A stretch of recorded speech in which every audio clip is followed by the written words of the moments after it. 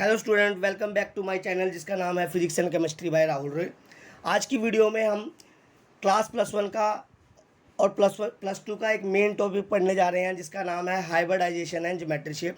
ये topic class +1 में भी आता है, +2 में भी आता है, एंट्रेंस एग्ज़ाम में भी आता है। तो ज़्यादा टाइम ना ख़राब करते हुए हम हाइब्रिडाइजेशन पढ़ते हैं।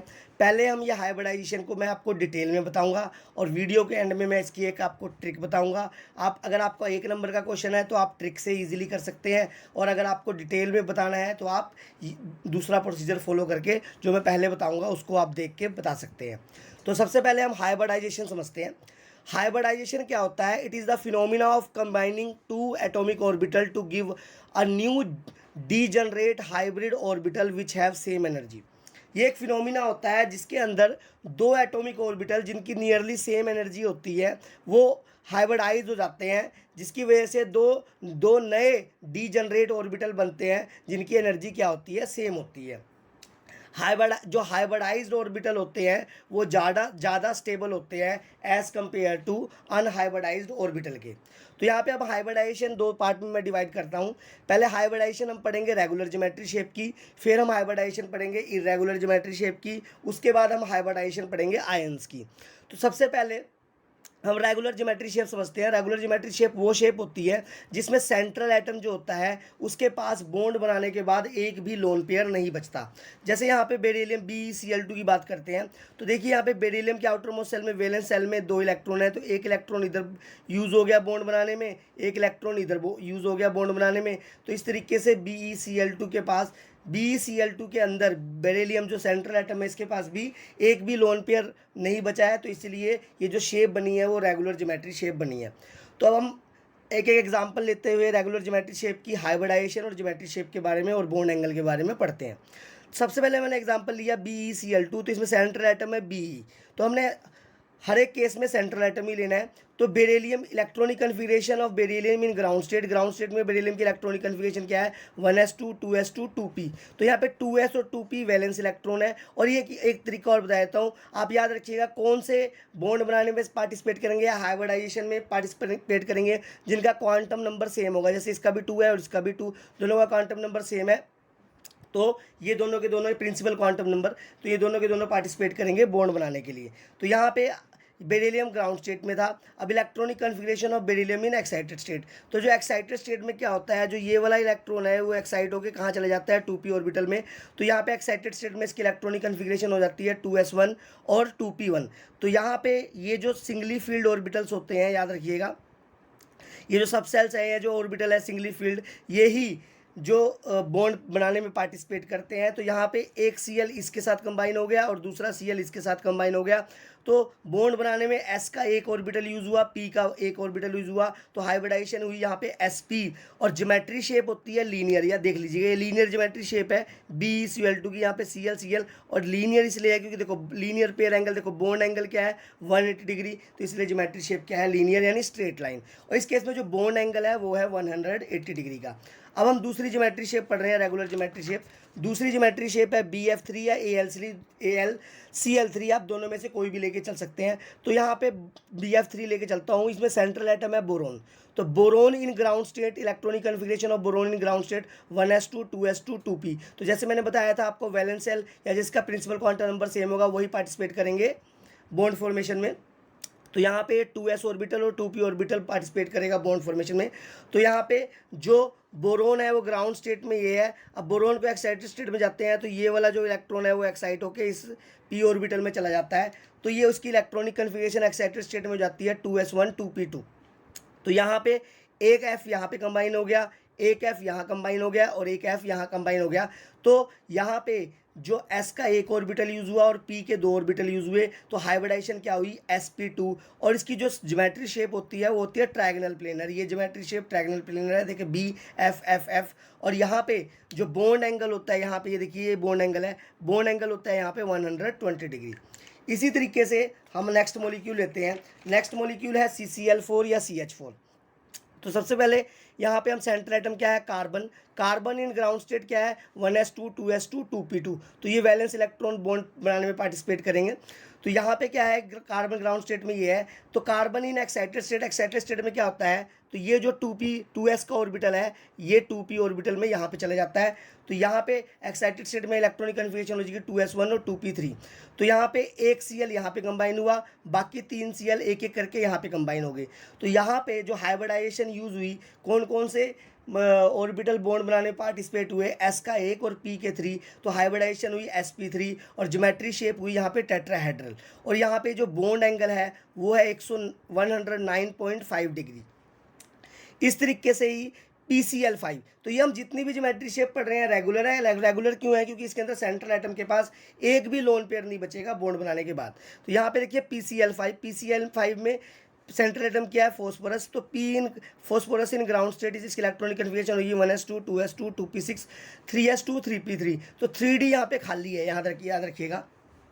जब हम फॉस्फोरस को एक्साइटेड स्टेट में देखेंगे तो ये जो इलेक्ट्रॉन है ये 3s ऑर्बिटल का इलेक्ट्रॉन यहाँ चला जाएगा 3d ऑर्बिटल में। तो यहाँ as a result of this excited state में फॉस्फोरस की जो इलेक्ट्रॉनिक कन्फिग्रेशन हो जाएगी वो 3s1 3p3 और 3d1। तो यहाँ पे देखिए Cl5 है तो एक Cl इधर 3 Cl इधर कंबाइन हो जाएंगे और एक Cl इधर कंबाइन हो जाएगा। तो S का 1 यूज़ हुआ, ऑर्बिटल P के 3 और D का 1, तो हाइब्रिडाइजेशन हुई sp31। तो इसकी ज्योमेट्री शेप के बारे में पढ़ते हैं PCl5 की।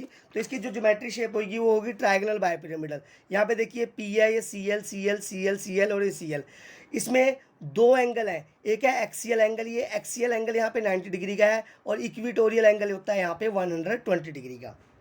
इसी तरीके से हम लास्ट ज्योमेट्री शेप पढ़ रहे हैं जिसका है SF6। इसमें sulphur in ground state, sulphur electronic configuration of sulphur यानी सेंट्रल एटम की ग्राउंड स्टेट में क्या है 1s2 2s2 2p6 3s2 3p4 3d खाली है यहाँ पे।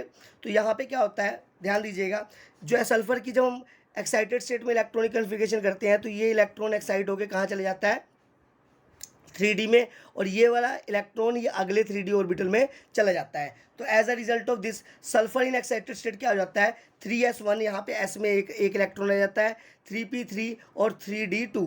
तो इसमें क्या होता है फॉस्फोरस के 6 हैं, तो जो 6 फॉस्फोरस है तो ये एक फॉस्फोरस यहाँ कंबाइन हो गया, 3 इधर हो गए और 2 इधर हो गए। तो यहाँ पे बॉन्ड फॉर्मेशन में कौन कौन से ऑर्बिटल पास पार्टिसिपेट हुए, s का 1 p के 3 और d के 2। तो हाइब्रिडाइजेशन क्या होगी sp3d2 और उसकी ज्योमेट्री शेप होती है ऑक्टाहेड्रल। ये ऑक्टाहेड्रल ज्योमेट्री शेप है, दिख रहा होगा आपको। और ये जो इसमें बॉन्ड एंगल है यहाँ से लेके यहाँ तक ध्यान दीजिएगा, ये जो बॉन्ड एंगल है वो है 90 डिग्री। तो उसी तरीके से ध्यान दीजिएगा, अब इर्रेगुलर ज्योमेट्री शेप है या आपके पास आयंस है उसकी भी इलेक्ट्रॉनिक कन्फिग्रेशन या हाइब्रिडाइजेशन ज्योमेट्री शेप इसी तरीके से हम निकाल लेंगे। लेकिन मैं यहाँ पे अब आपको एक ट्रिक देने जा रहा हूँ। अगर आपके पास 1 नंबर का क्वेश्चन आता है तो आप कैसे ही फटाफट विद इन सेकेंड्स कैसे आप हाइब्रिडाइजेशन और ज्योमेट्री शेप को निकाल लेंगे, बस आप यहाँ पे ध्यान दीजिएगा। ये स्टेरिक नंबर मेथड है। स्टेरिक नंबर मेथड क्या होता है, इसमें क्या होता है हाफ ब्रैकेट में number of valence electron of the central atom, मतलब यहाँ पे नंबर ऑफ वैलेंस इलेक्ट्रॉन लेने हैं सेंट्रल एटम के, plus number of monovalent atom. Monovalent atom वो एटम होते हैं जिनकी वैलेंसी क्या होती है 1 होती है, या जिनको 1 इलेक्ट्रॉन चाहिए होता है अपना ऑक्टेट पूरा करने के लिए। माइनस चार्ज ऑन आयन, मतलब जो आयन के ऊपर चार्ज होगा वो आप आगे जाके समझेंगे। यहाँ पे हम एक टेबल याद रखेंगे ध्यान से। अगर स्टेरिक नंबर 2 है तो हाइब्रिडाइजेशन होगी sp, ज्योमेट्री शेप होगी लीनियर। अगर स्टेरिक नंबर 3 है तो हाइब्रिडाइजेशन होगी sp2 और ज्योमेट्री शेप होगी ट्रायंगल प्लेनर। अगर स्टेरिक नंबर 4 है तो हाइब्रिडाइजेशन होगी sp3 जो ज्योमेट्री शेप होगी टेट्राहेड्रल। अगर स्टेरिक नंबर 5 है तो हाइब्रिडाइजेशन होगी sp3d1 और ज्योमेट्री शेप होगी ट्रायंगल बायपिरामिडल। अगर स्टेरिक नंबर 6 है तो हाइब्रिडाइजेशन होगी sp3d2 और ज्योमेट्री शेप होगी ऑक्टाहेड्रल। अगर स्टेरिक नंबर 7 है तो हाइब्रिडाइजेशन होगी sp3d3 और ज्योमेट्री शेप होगी पेंटागनल बायपिरामिडल। तो हम इस ट्रिक को आगे जाके समझते हैं, ध्यान दीजिएगा। जैसे मान लीजिए, जैसे मैंने बताया स्टेरिक नंबर का फार्मूला क्या है, हाफ इंटू ब्रैकेट में number of valence electron of central atom plus number of monovalent atom minus charge on the ion.